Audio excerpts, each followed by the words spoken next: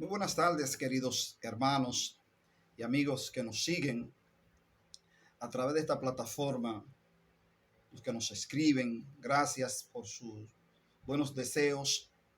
Gracias a Dios en primer lugar, también a la Universidad Teológica Shalom, aquí en la República Dominicana, en Estados Unidos, en cualquier parte del mundo, que nos da la oportunidad de poder dialogar con ustedes. También al doctor Luis Sabiñón, quien nos presta también esta oportunidad. En el día de hoy, queridos estudiantes, hermanos y amigos, nosotros estaremos dando continuidad al tema que venimos desarrollando con los apologistas. Todos sabemos que un apologista es aquel que trata de defender y explicar mediante la razón algún tipo de creencia, en este caso, dogma cristiana. Y para ello nosotros vamos a plantear el tema o en esa misma secuencia sobre las acusaciones de los cristianos. Y comienzo con esta palabra.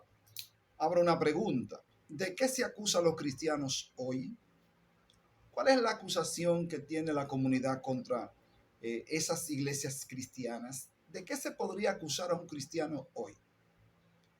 Ayer se le acusaba por su fe tajante, sus principios firmes y una vida irreprochable en relación a la vida que llevaban los romanos y también los griegos. Entonces, debemos de explicar también de qué venían estas acusaciones, cuál era el origen de estas acusaciones. Recuerden que el cristianismo, en principio, siglo I, es un movimiento judeo-cristiano. Para los romanos era una secta del judaísmo. Pero en el siglo II, este movimiento se va transformando de manera extraordinaria y va creciendo de manera exponencial. Calcule usted que el imperio se extendía y al mismo tiempo se extendía, se propagaba el cristianismo. Al mismo tiempo, concomitantemente, iban creciendo la fe cristiana y también la dilatación del imperio romano.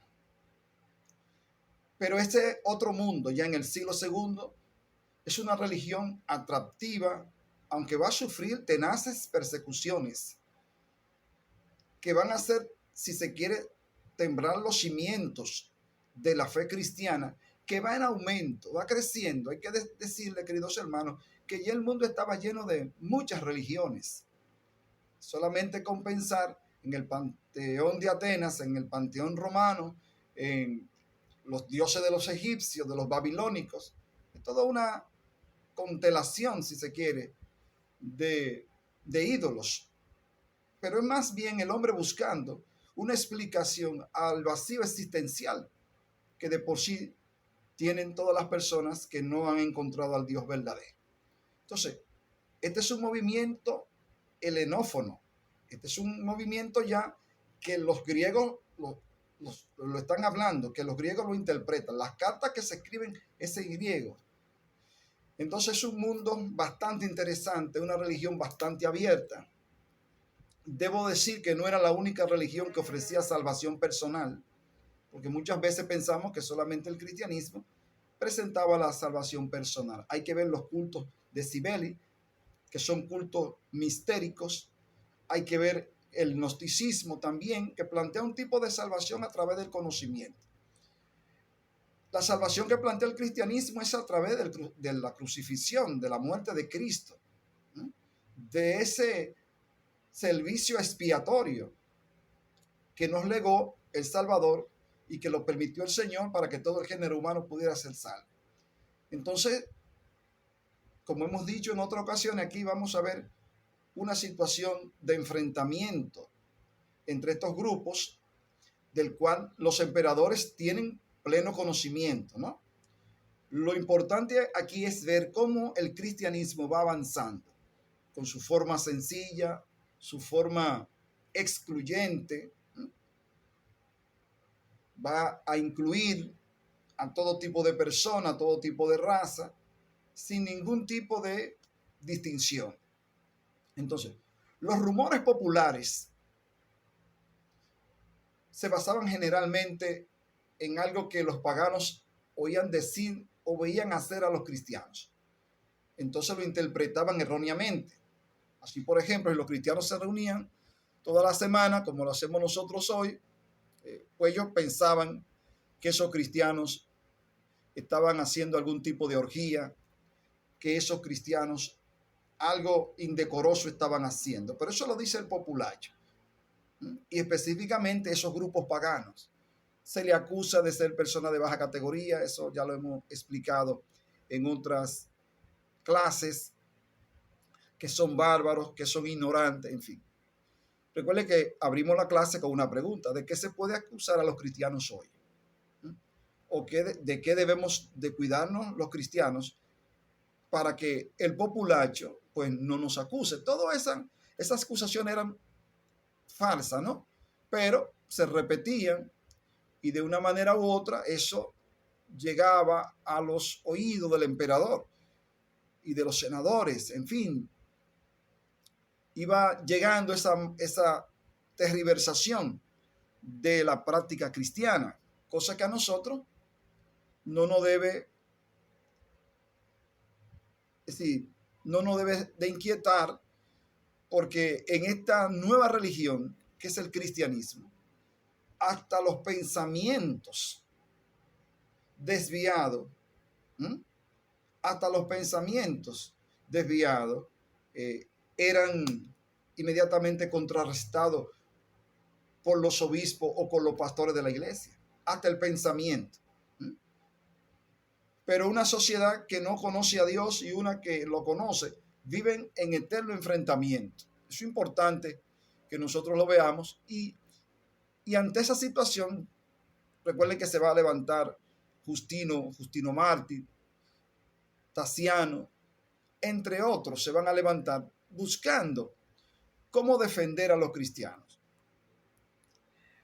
Muchos de estos apologistas que ya habían sido formados en el pensamiento greco-romano, en la filosofía platónica, en la filosofía aristotélica, en la filosofía socrática, entre otros, terminaron siendo cristianos o asumieron el cristianismo como la verdadera filosofía, la mejor forma de interpretar la naturaleza. Así que ya tenemos aquí una élite intelectual de filósofos que han asumido el cristianismo. Eso puede verse bienvenido porque Dios siempre tiene personas preparadas en todos los lugares. Para otros, esto tal vez fue un error. Y eso lo veremos en próxima clase, que los cristianos quisieran darle una respuesta filosófica al cristianismo. Entonces, eso va a ser un problema dentro de la iglesia posteriormente.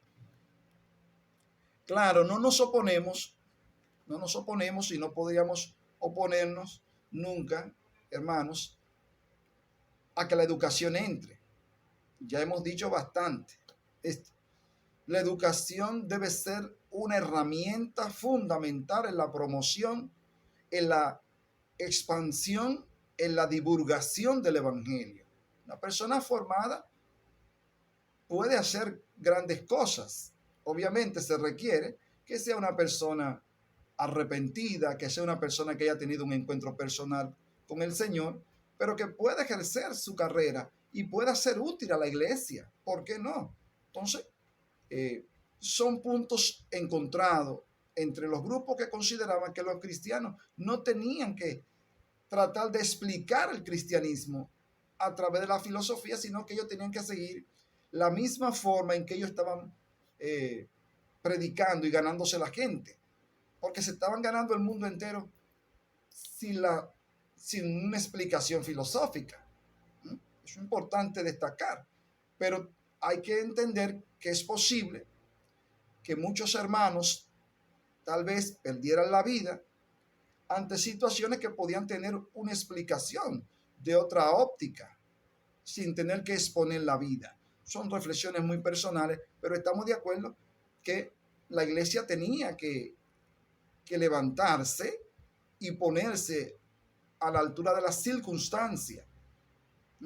Y han pasado varias persecuciones. La última, una de las más violentas, fue la de Marco Aurelio, que aún teniendo toda la filosofía del mundo, no pudo ser convencido por los argumentos de Justino y de otros. Sencillamente arremetió contra la iglesia y tildó a los cristianos de tercos, que no debían de morir así, que era simplemente hacer un sacrificio al César y seguir viviendo. Sin embargo, está bastante claro en la mente de esos hermanos las palabras del Salvador, cuando nos dijo que vivir en Cristo o morir en Cristo para Pablo daba lo mismo, ¿no? Entonces había una serie de enseñanzas que esta iglesia la asumió 100%. Entonces, contra esas convicciones personales, nosotros no podríamos decir que desistan de su fe. Y ahí tenemos la historia de los mártires.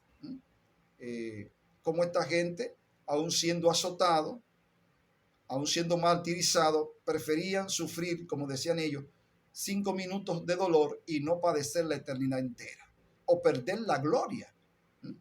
Entonces ellos estaban profundamente convencidos de lo que habían creído, porque el cristianismo del siglo XXI, podía decir esto, ¿no?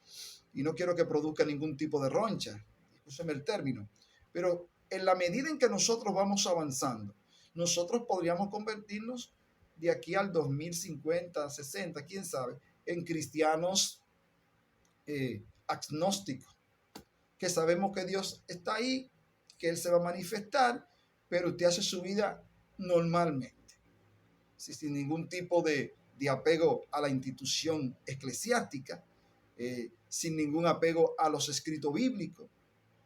Un cristianismo superficial. Entonces, las acusaciones que se le hacían a los cristianos, que ya mencionamos una lista de 20 razones, una de las fundamentales era que eran ateos. Los cristianos son ateos, no creen en Dios. ¿Pero en cuáles dioses? En los dioses romanos, no creen. Ante esa situación, los cristianos respondían, refutaban, y afirmaban que también, que si ellos eran ateos, muchos de sus filósofos también lo eran, y de sus poetas. Para fundamentar este argumento, no tenían sino que recurrir a algunas de las obras de la literatura griega, en la que se decía que los dioses eran una invención humana, dicho por los propios poetas, y que sus vicios peores en lo que se practicaban en la sociedad romana, y que justificaban ese estilo de vida.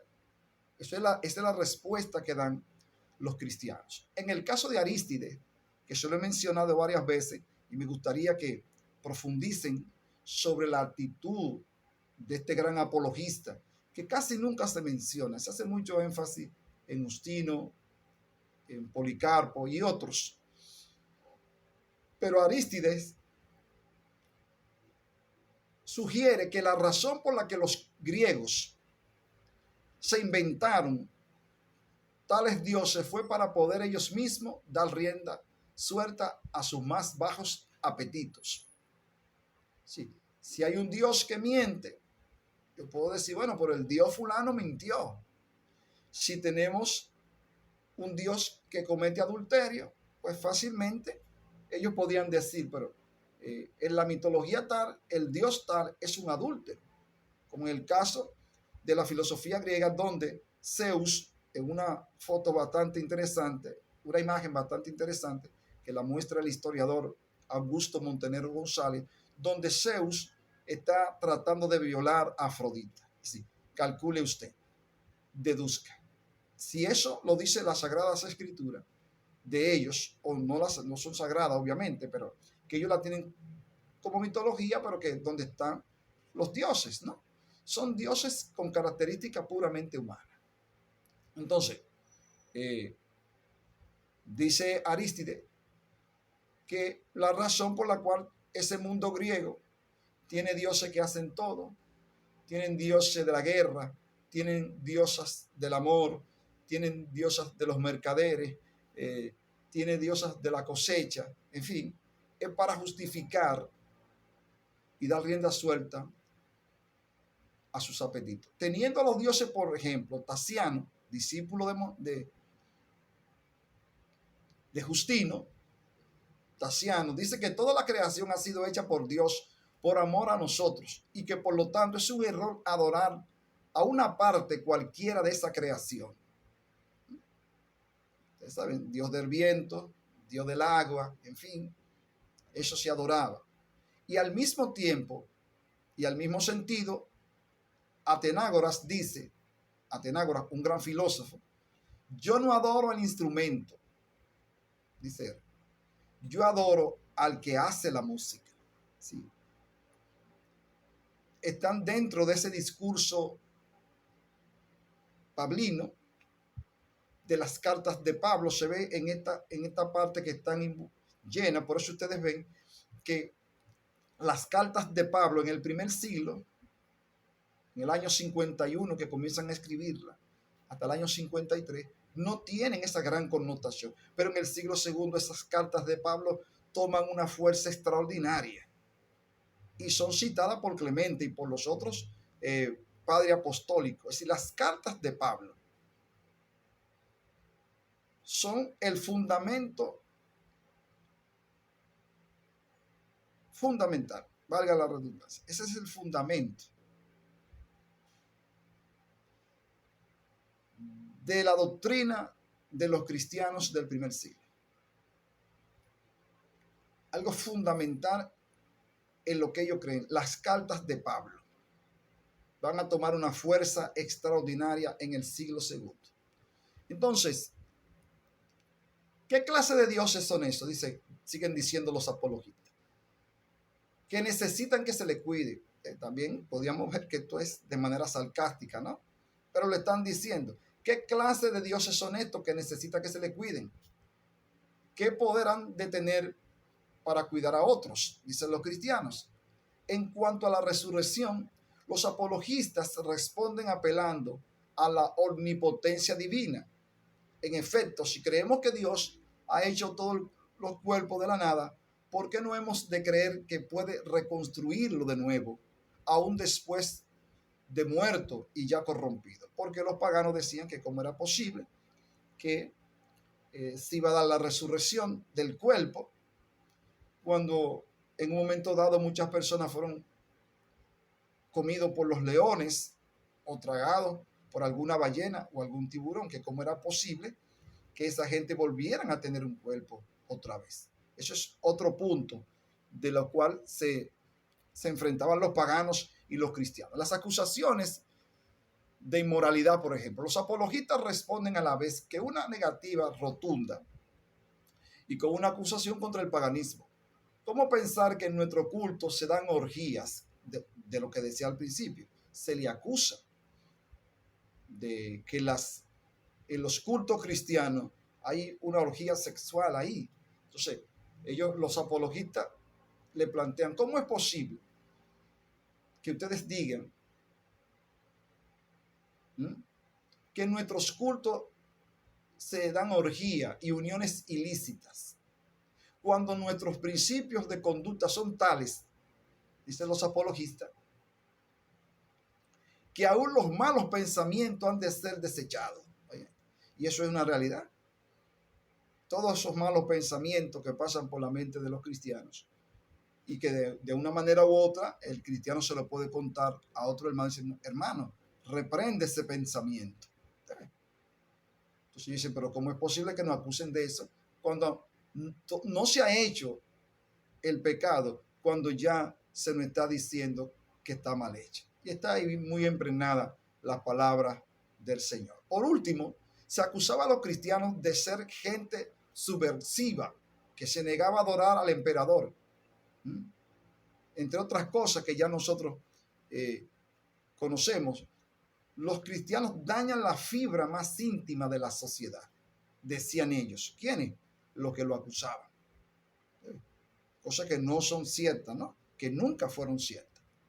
Los apologistas responden a la vez con una negativa rotunda, frontal y contundente, y con una acusación contra el paganismo. ¿Cómo pensar que en nuestros cultos, ya dijimos eso, sí, no es posible? En los cultos se adora a Dios, se lee la palabra, se cantan himnos, y la gente se va a su casa. El culto cristiano podrían hacerse colecta tal vez el último día de la semana y específicamente para los pobres.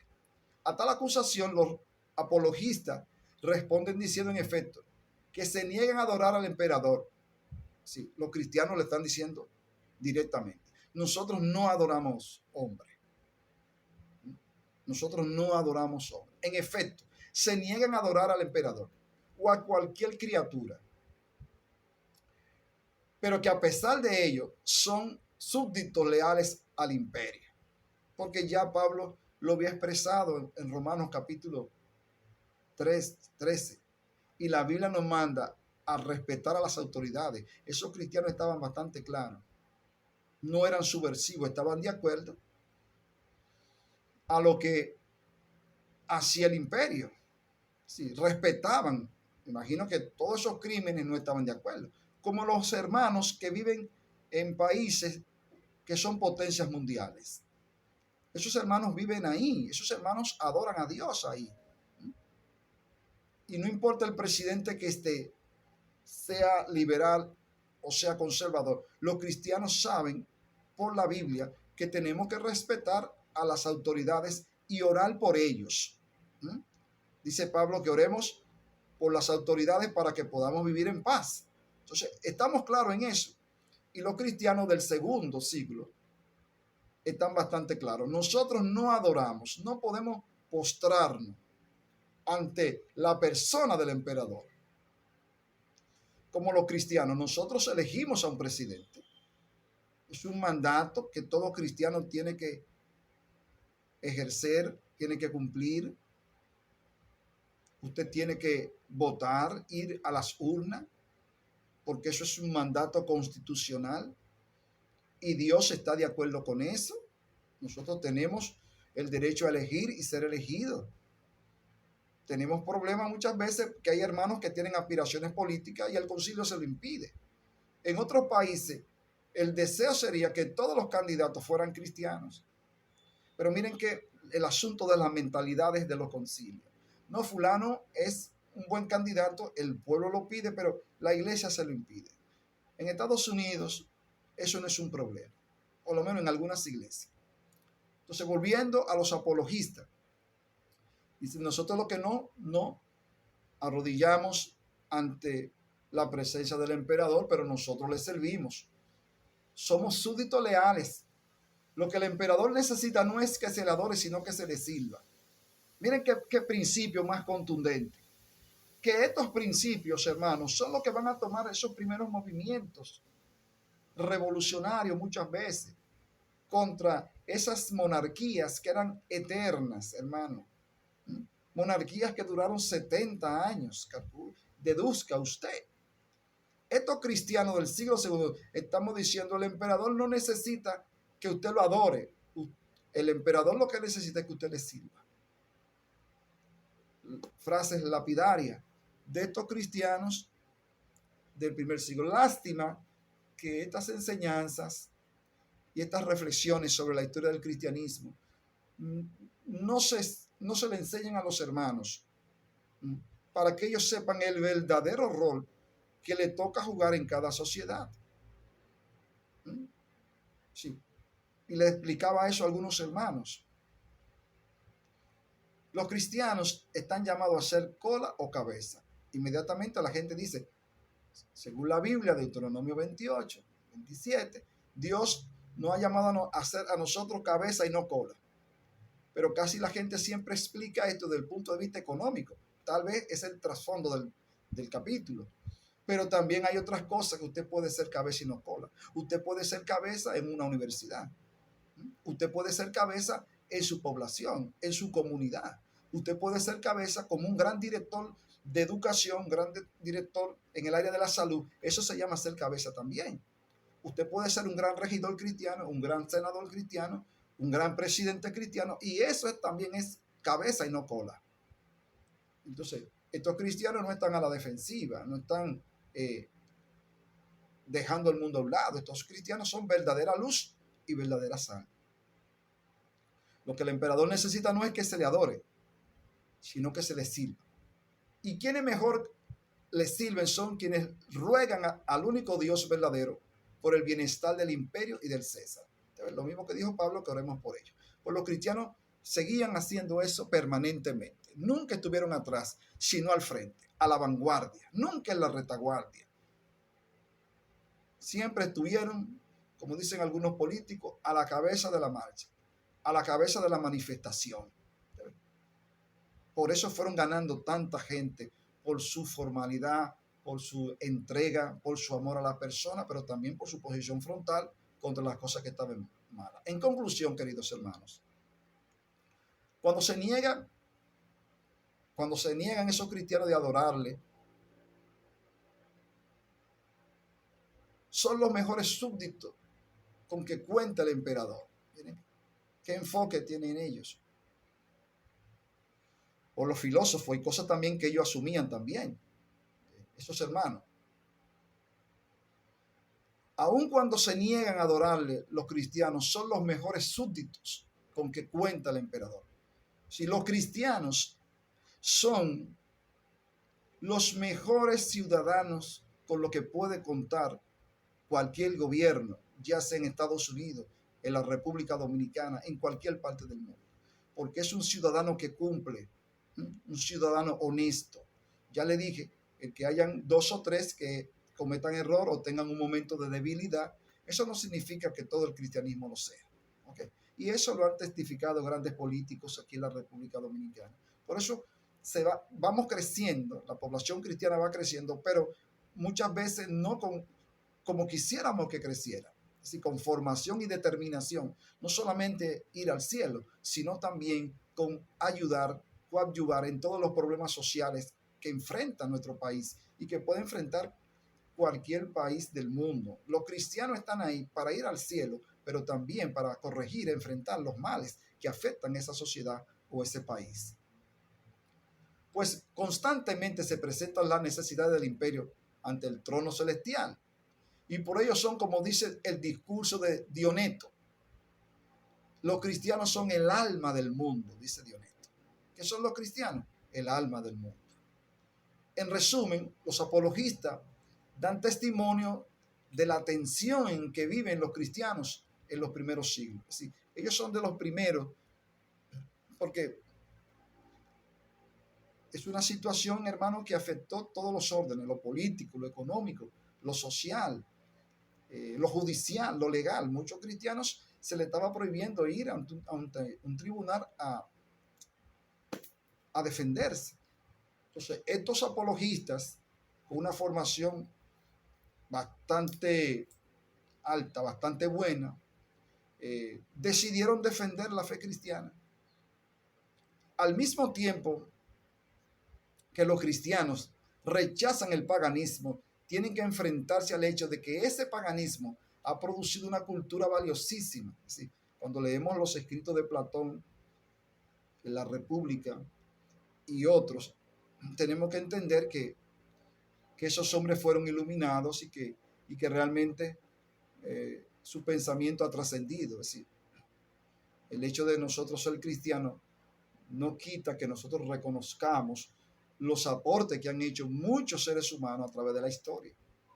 Es decir, es como decir que el invento del telégrafo o la construcción del primer avión, el desarrollo de la aviación, eso es malo. Yo creo que nosotros no podemos decir que eso es malo. El desarrollo de la ciencia y la tecnología, hacer implantes de órganos, facilitarle la vida a comunidades a través de la ingeniería, construcción de puentes, el desarrollo de la informática, de la comunicación. Nosotros no podemos negar, hermano, que Dios le ha dado capacidad a muchas personas y ellos lo han puesto a disposición del género humano. Entonces, una cosa no quita la otra.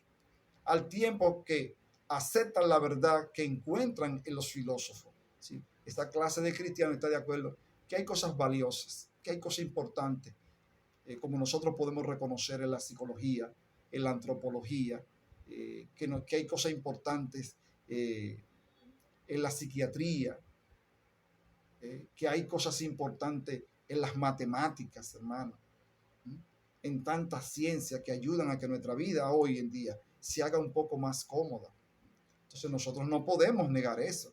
Al igual los cristianos del segundo siglo tampoco lo negaban. Ahora insisten en la superioridad de la revelación cristiana. En eso, ellos no negocian eso.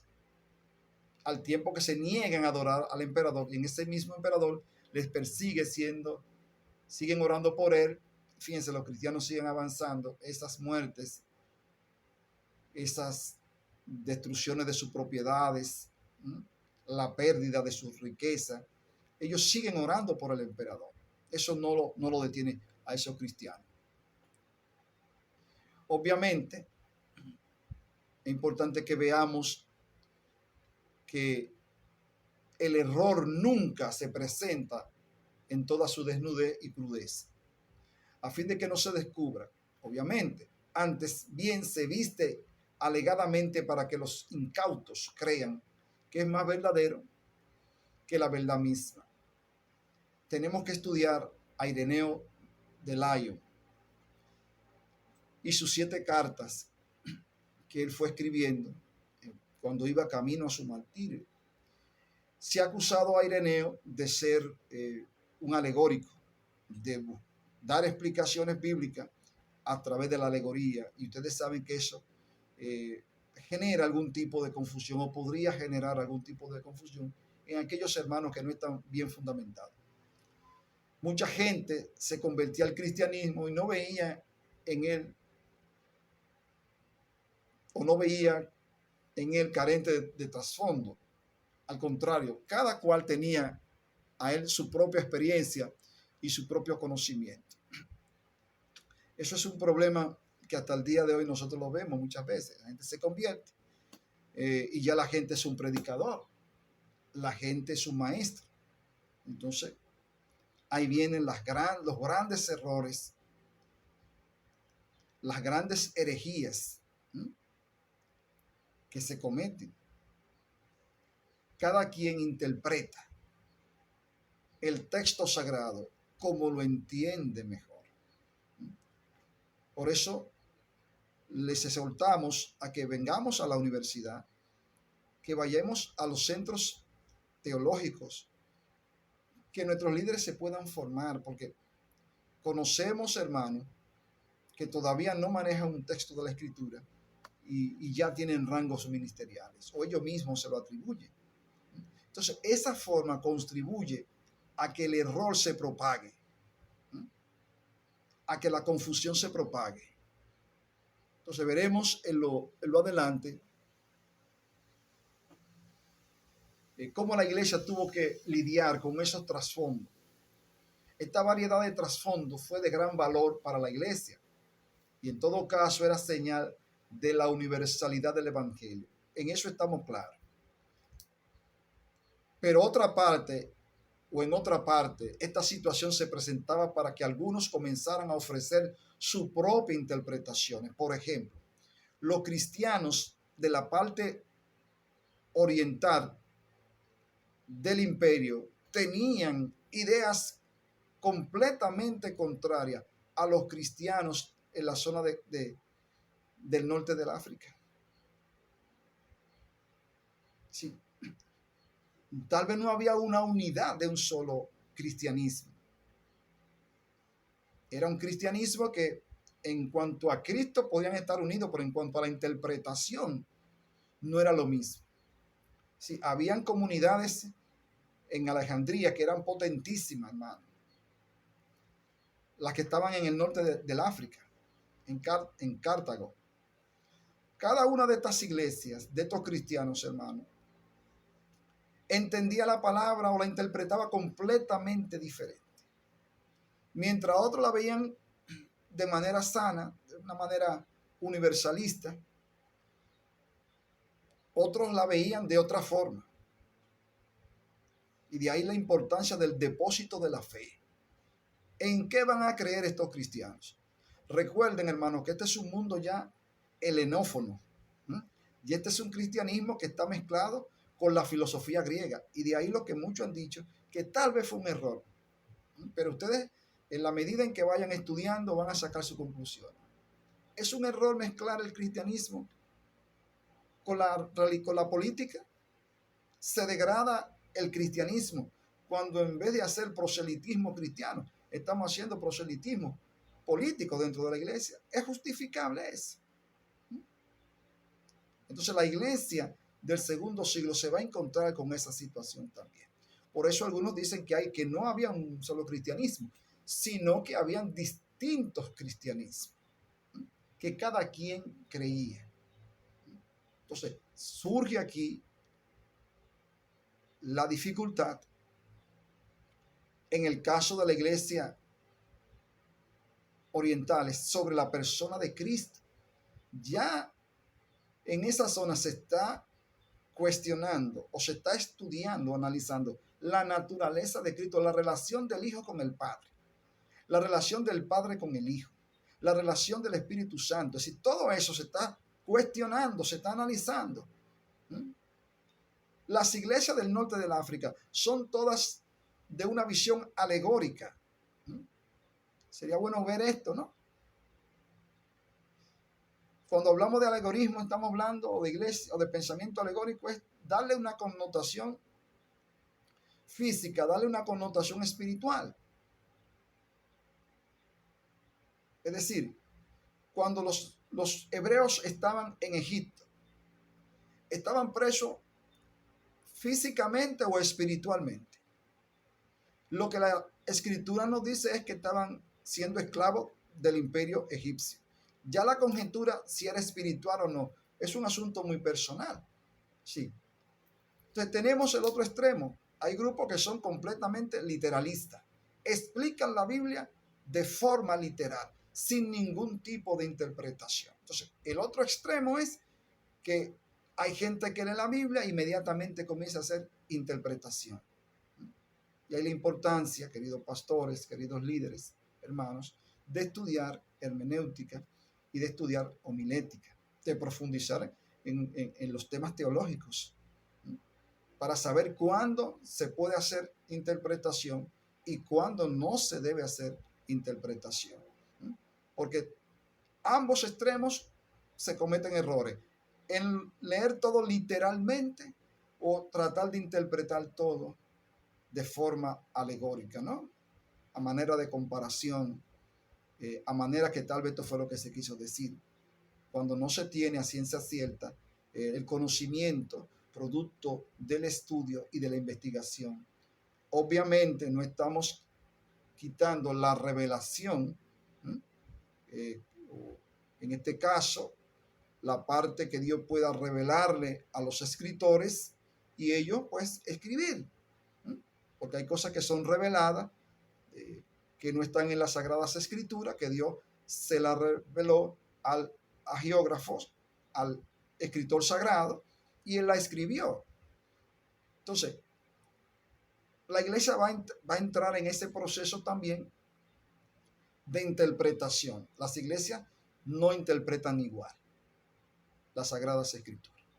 Pero por otra parte, esta situación se prestaba para que algunos comenzaran a ofrecer sus propias interpretaciones de la fe cristiana y para que algunas de esas interpretaciones fueran tales que amenazaran con tergiversar radicalmente esa fe. Calcule usted. Cuando la interpretación está o pone en peligro, pone en peligro la fe, es un asunto que hay que ir rápidamente y ser bastante frontal contra eso, porque, y es la pregunta que nos hacen muchas personas, ¿y por qué hay tantas iglesias? ¿Por qué hay tantas denominaciones? ¿Por qué yo voy a una iglesia y en esa iglesia se practica esto y cuando voy a la otra se practica la otra cosa. También entendemos, hermanos, que vamos avanzando a nuestra mejor luz y habilidad. Es decir, los cristianos del primer siglo pensaban que Cristo venía finales de ese primer siglo y no fue así. Eso estaban convencidos. Y creo que también en el siglo II esa es la posición.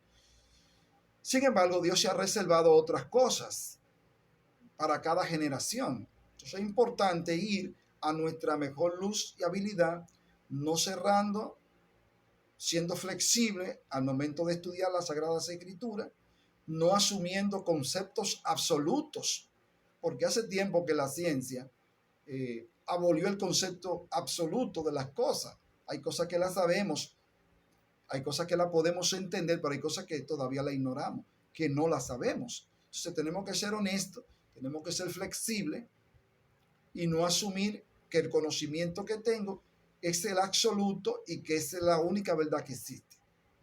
Entonces, este peligro de la interpretación personal era tanto mayor por cuanto, según hemos dicho aquí de manera muy humilde, ¿no?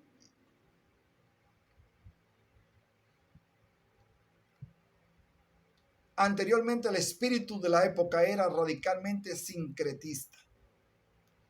¿Por qué las interpretaciones? Porque todo el mundo tomó de los griegos, tomó del judaísmo, tomó del helenismo, de las religiones del Asia profundo. Recuerden que cuando Alejandro Magno, en esa travesía, que según los historiadores, llegó hasta la India, trajo mucha información. Si el helenismo que él pretendió establecer en todas esas zonas que él conquistaba, también fue asumiendo otras informaciones de otras religiones. Estaba la India y estaba la China. Entonces usted encuentra muchas veces los textos del Nuevo Testamento cosas como ver que como que se pensaba en la reencarnación. Algo parecido, ¿no? Entonces, todo ese pensamiento filosófico que ya se estaba dando en la antigua Grecia va a entrar a la iglesia. Sí, el espíritu de la época es sincrético. Es una mezcla de todas las religiones.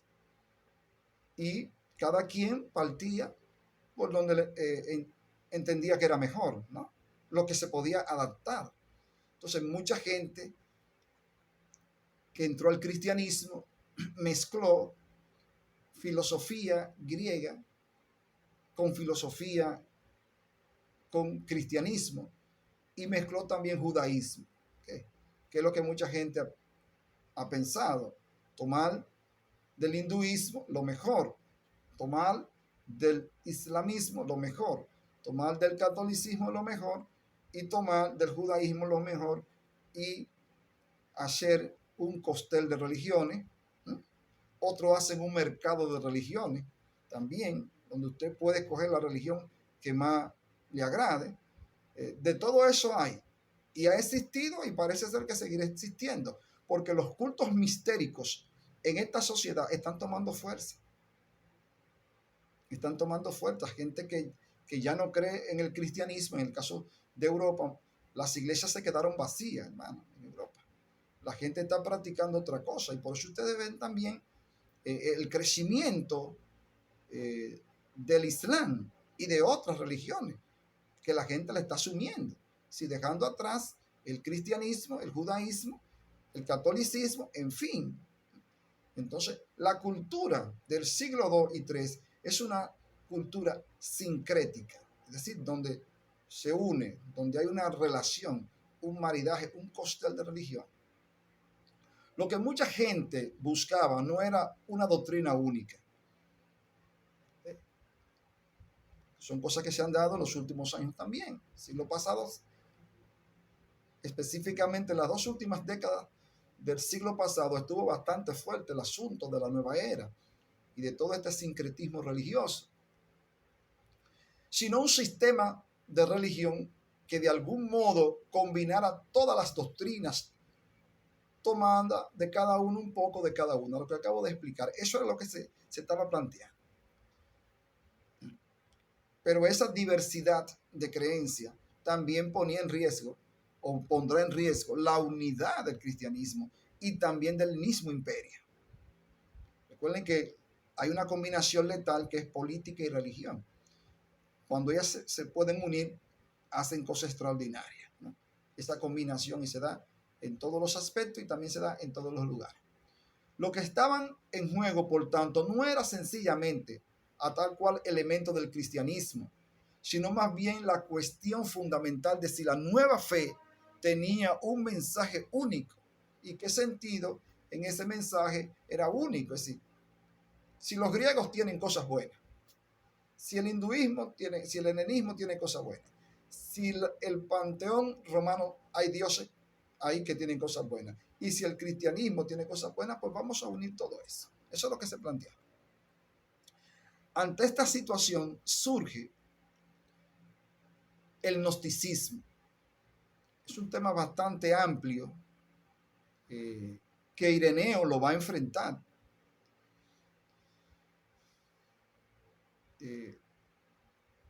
Hay bastante información sobre el gnosticismo y hay más de 50 variaciones de grupos gnósticos. Estos grupos nacen en la iglesia o paralelo a la iglesia. De todas las diversas interpretaciones del cristianismo gnóstico. Ya vimos el cristianismo judío cristiano. Ahora estamos viendo el cristianismo gnóstico, que lo trabaja muy bien el doctor Antonio Piñeiro. Cristianismo gnóstico. Escritos textos bastante interesantes que también le recomendamos la lectura de Antonio Piñeiro. De todas las diversas interpretaciones del cristianismo que aparecieron en el siglo II, ninguna fue tan peligrosa, según Augusto González y otros, obviamente, tan peligrosa, ni estuvo tan a punto de triunfar como el gnosticismo. El gnosticismo fue un grupo, una organización compacta que surgió frente a la iglesia, sino que fue más bien todo un movimiento. Los gnósticos todavía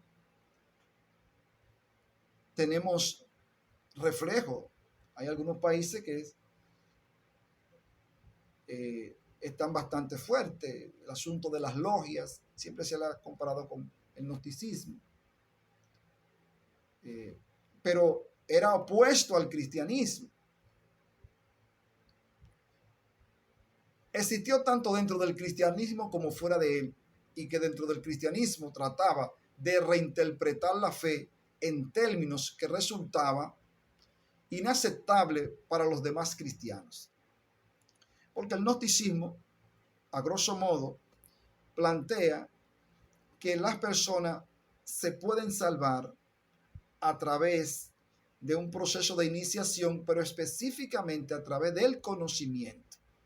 Que hay un conocimiento especial, que es el conocimiento que adquiere la persona para su salvación.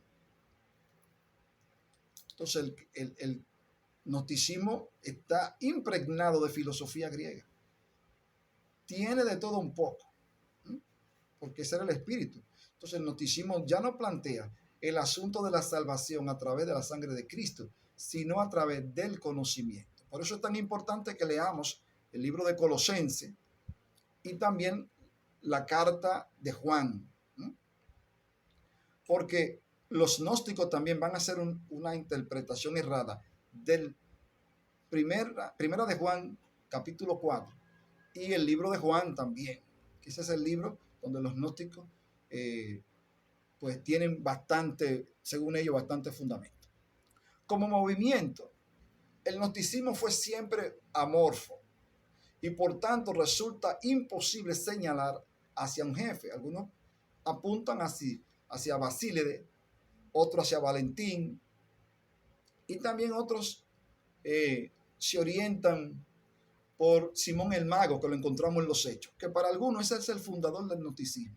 Pero bueno, vamos a entender que hay varias personas el caso de Basílide y el caso de Valentín. Y otros fueron maestros gnósticos, cada cual con sus doctrinas y sus discípulos.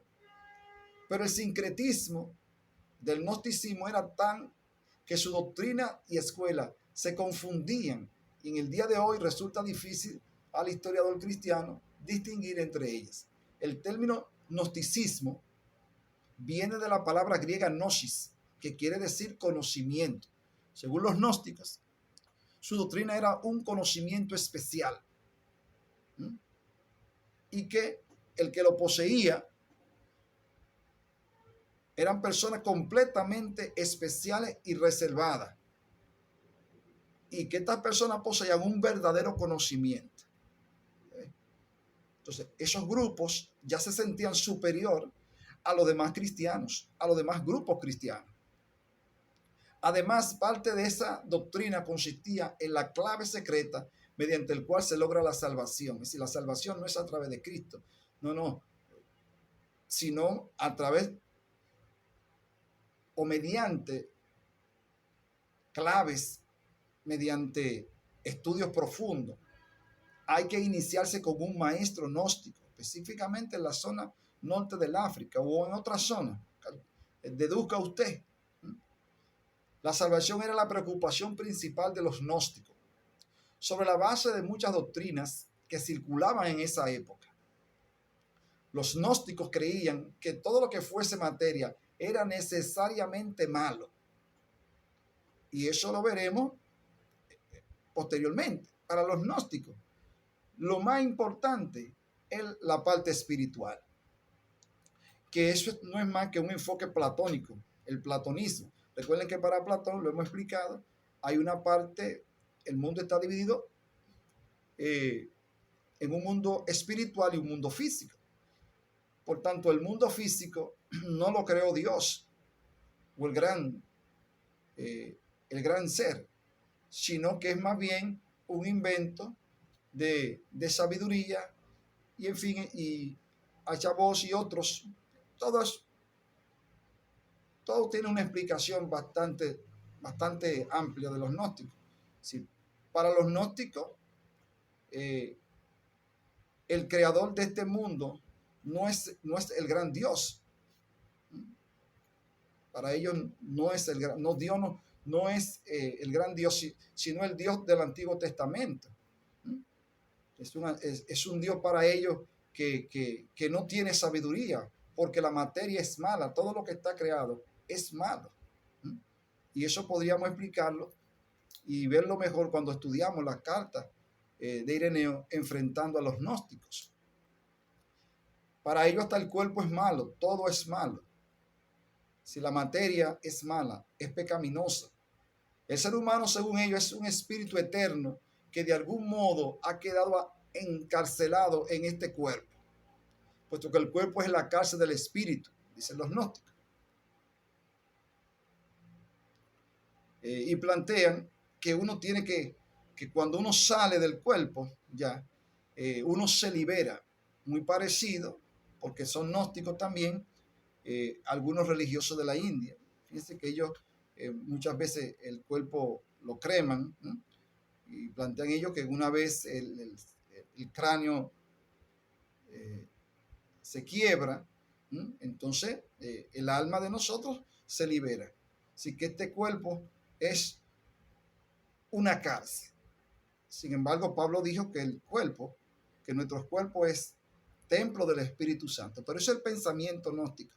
Recuerden que le estamos explicando esto a grosso modo sobre esta amenaza que se va a cernir sobre la iglesia, sobre la naturaleza, sobre la creación del mundo.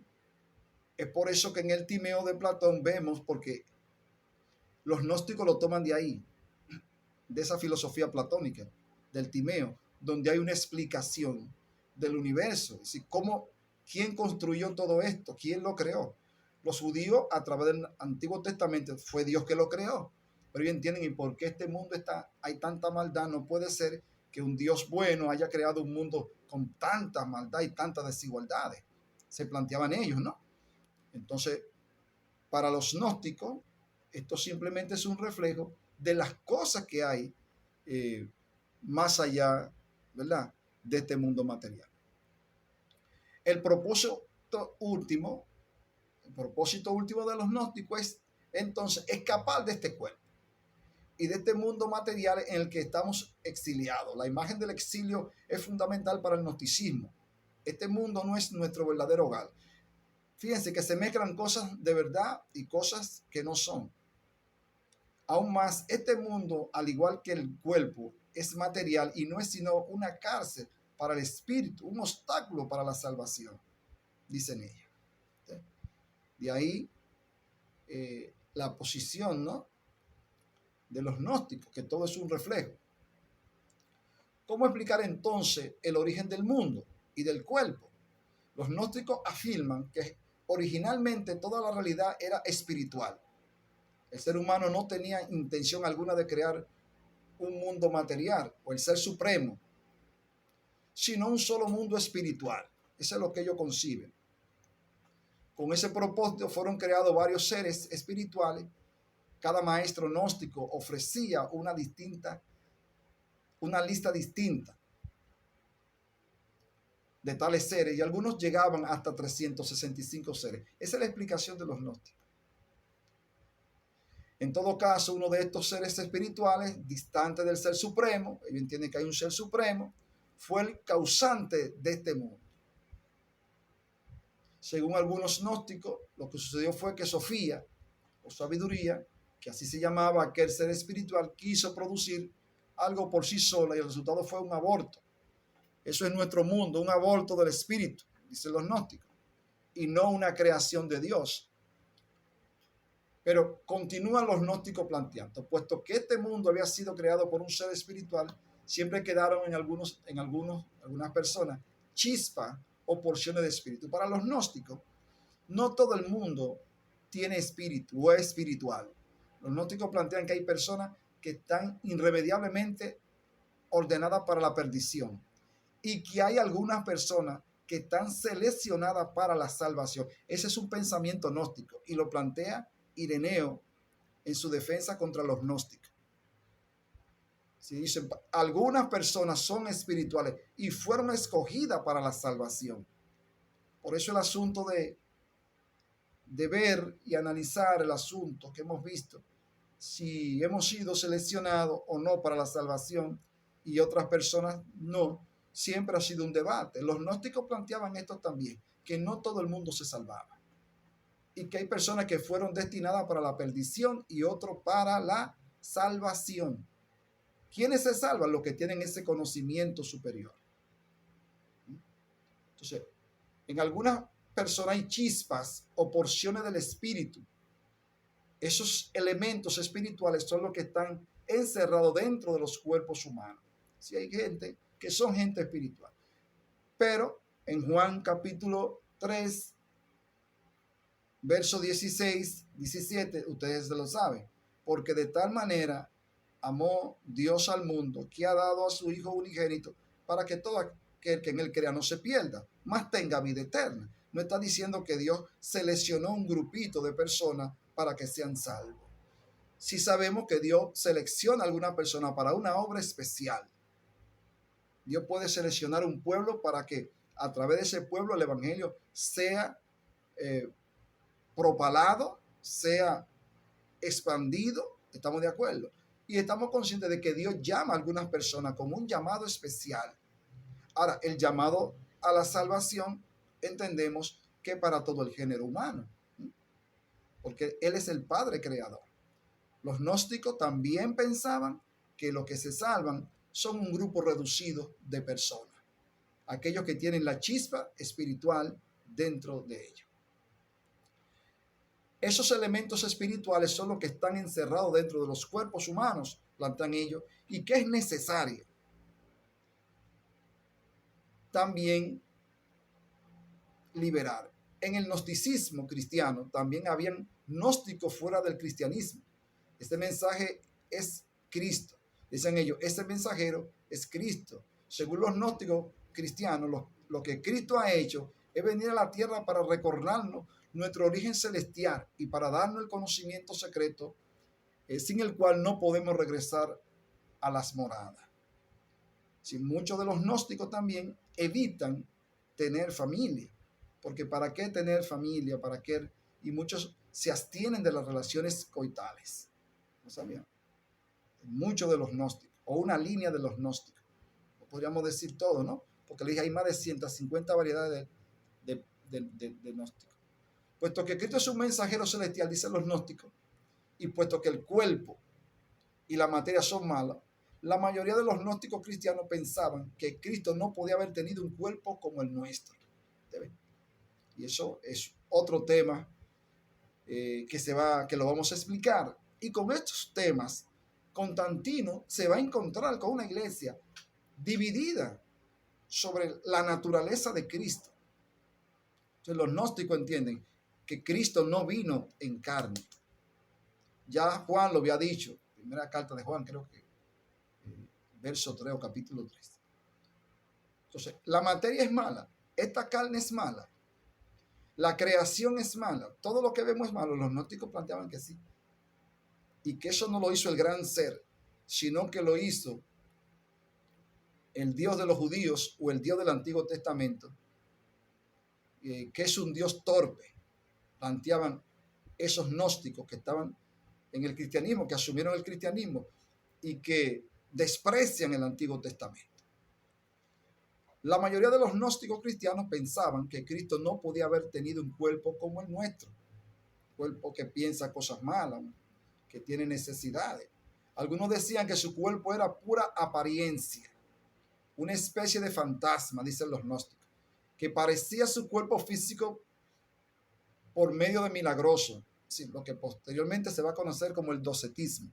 Si Cristo era una apariencia para los gnósticos, porque si esta materia es mala, Cristo no pudo venir, encarnarse en una carne que todos sabemos que es pecaminosa. Sin embargo, el apóstol Pablo es enfático en la carta que le escribe a los filipenses en el capítulo 2, dice que Cristo se humilló y se encarnó. Y ahí el milagro de la encarnación, que se hizo hombre, dejando su trono de gloria, dice el himnólogo, uno de los himnos que cantamos, nos vino a sacar de la escoria, haciéndose humano como nosotros. Otros grupos gnósticos decían que Jesús tenía un cuerpo, pero que ese cuerpo estaba hecho de una materia espiritual, distinta de nuestros cuerpos. La mayoría negaba el nacimiento de Jesús, pues el tal nacimiento le habría colocado bajo el poder de este mundo material y malo. Todas estas doctrinas acerca del Salvador reciben el nombre de docetismo, como acabo de decirle hace un instante, de una palabra griega que quiere decir aparecer. Pues lo que esta doctrina implicaba, de un modo u otro, era que el cuerpo de Jesús era una apariencia, así que Jesús no era materia. Y ahí están los escritos de los evangelios después de su resurrección, que él le dice que lo toquen. Miren que no soy un fantasma. Alguien le dio de comer y comió.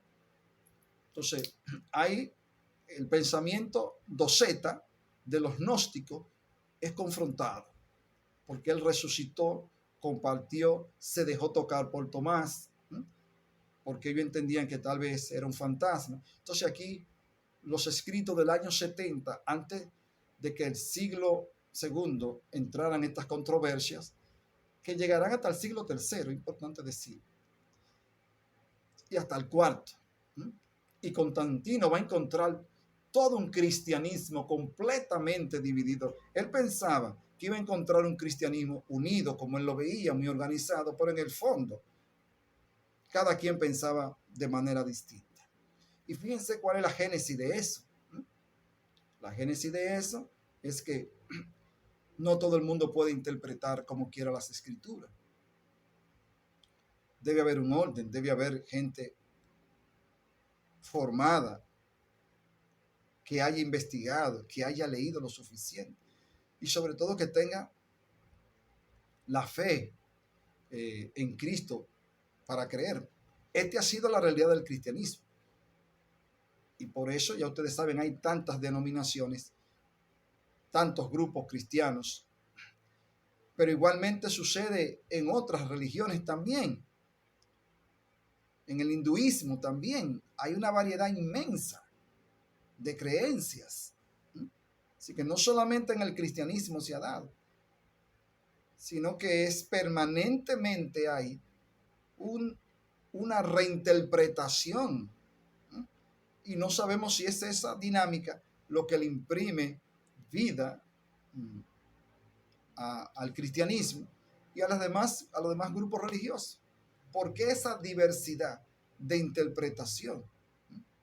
Entonces, de una palabra griega, ya le hablé del docetismo, parecer por lo que estas doctrinas implicaban, de modo u otro, era que Jesús era una apariencia.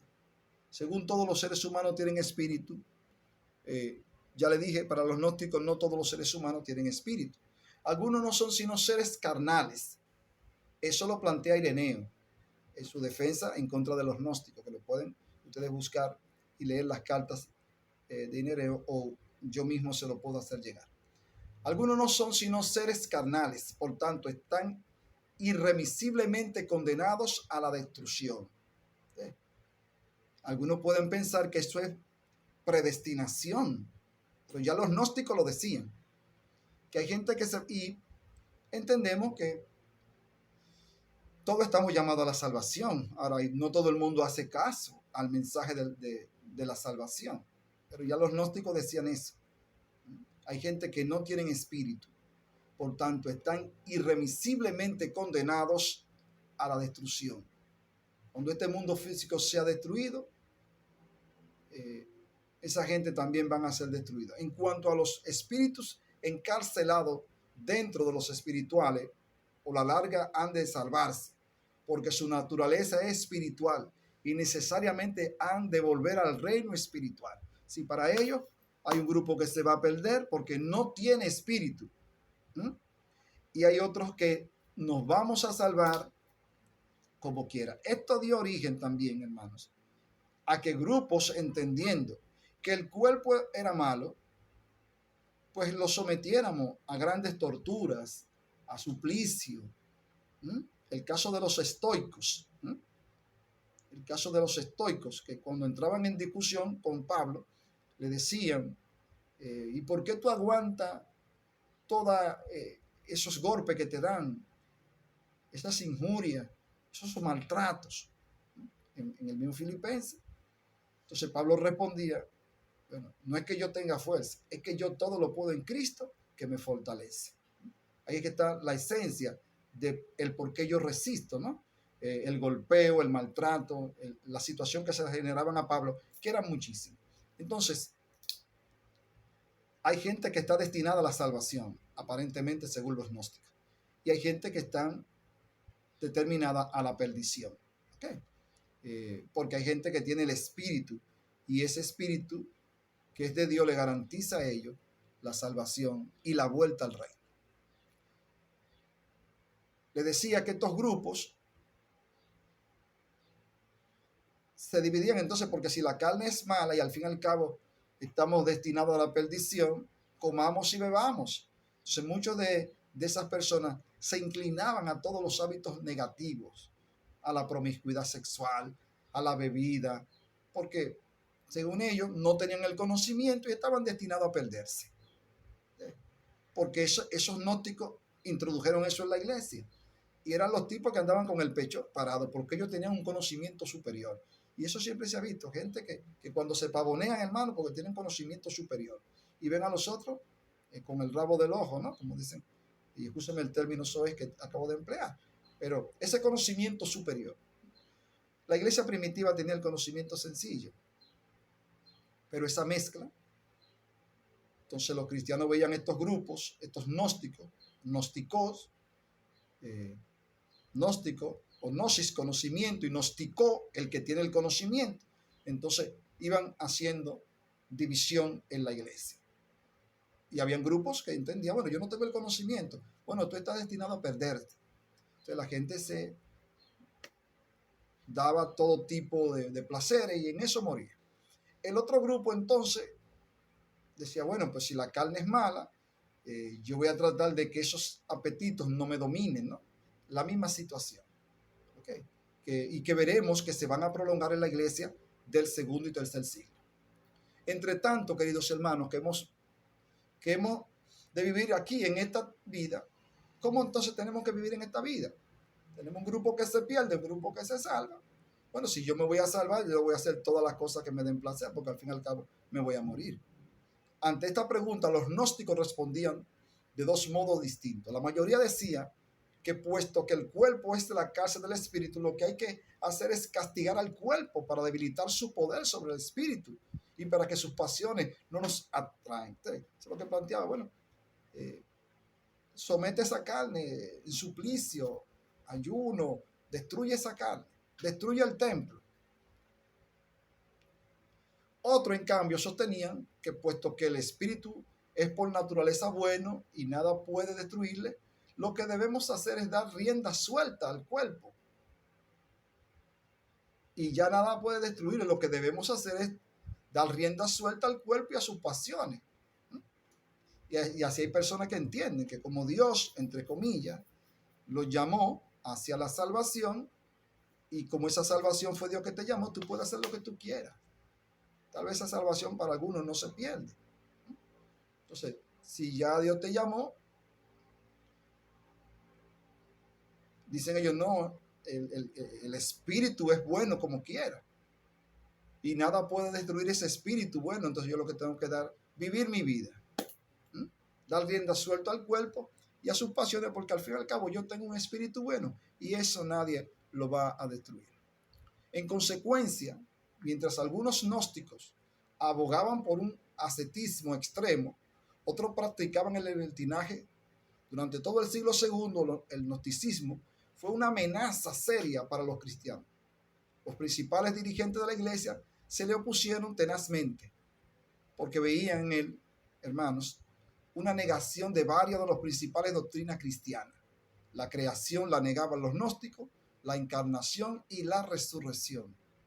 Ellos decían que en este cuerpo malo nadie va a resucitar. Más adelante veremos cómo la iglesia respondió, queridos hermanos, a estas amenazas.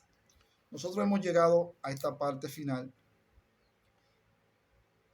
de este tema que tiene que ver con la defensa del cristianismo, sus amenazas. Fíjense que ya en el gnosticismo lo que tenemos es una amenaza teológica, ¿no? Una amenaza de interpretación, una amenaza hermenéutica, ¿no? Que también va a afectar a la iglesia. El próximo tema que nosotros vamos a tratar tiene que ver